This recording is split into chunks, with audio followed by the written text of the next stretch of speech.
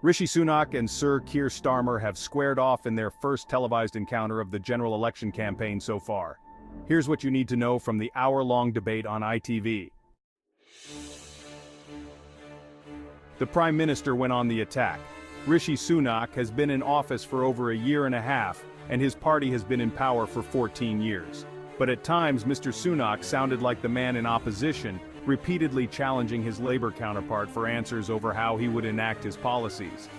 This included questions about how Sir Keir would resolve the NHS junior doctors' strike and lower levels of illegal migration. At times it got quite heated, with the Prime Minister speaking over Julie Etchingham, the ITV host, to ask his own questions of his opponent.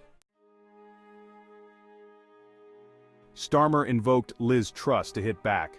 In response, the Labour leader tried to pull the focus back to the Tory record in government, adding Mr. Sunak was ashamed of the last 14 years. He was also very keen to talk about someone not in the studio, Mr. Sunak's immediate predecessor in No 10, Liz Truss. The Labour leader brought up the former PM's ill-fated 49-day premiership just 7 minutes in, and made regular references to it as the debate continued. This included talking about her during a section of the debate when he was asked how he would resolve the long-running NHS doctors' strike. But Sir Keir also sought to highlight frozen tax thresholds under the current government, branding the Prime Minister the British expert on tax rises. They embraced the personal. The two leaders traded barbs over what they did before politics, with Sir Keir attacking the PM's former career at a hedge fund, and Mr. Sunak responding in kind with a dig over the Labour leader's time as a lawyer. But they were also keen to talk about their own backstories, as they tried to empathize with members of the audience and strike a chord with viewers at home.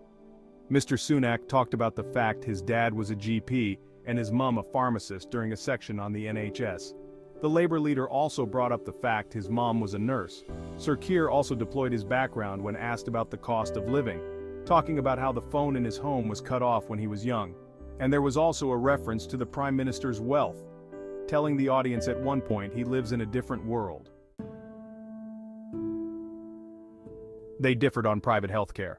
A notable moment of difference came when both leaders were asked whether they would use private healthcare if a loved one were on a long waiting list for surgery. Mr. Sunak said he would, but Sir Keir said he wouldn't. And the Labour leader again talked about his family to illustrate the point, saying, "I don't use private health. I use the NHS. That's where my wife works, in one of the big hospitals. As I said, it runs through my DNA." Sunak really wanted to talk about tax. At almost every opportunity, the Prime Minister was keen to make one claim in particular, that Labour would put up taxes by £2,000. That's because a key attack line for the Tories is to say, Labour is planning £38.5 billion in unfunded spending, what they call the equivalent of £2,094 per working household over the next 4 years. It's a claim that Labour rejects, because the figures are based on assumptions provided by Tory political advisors. Sir Keir initially didn't get a chance to respond, with the debate moving on the first few times it was mentioned. But when he did, he dismissed the figure as a false readout from pretend Labour policies.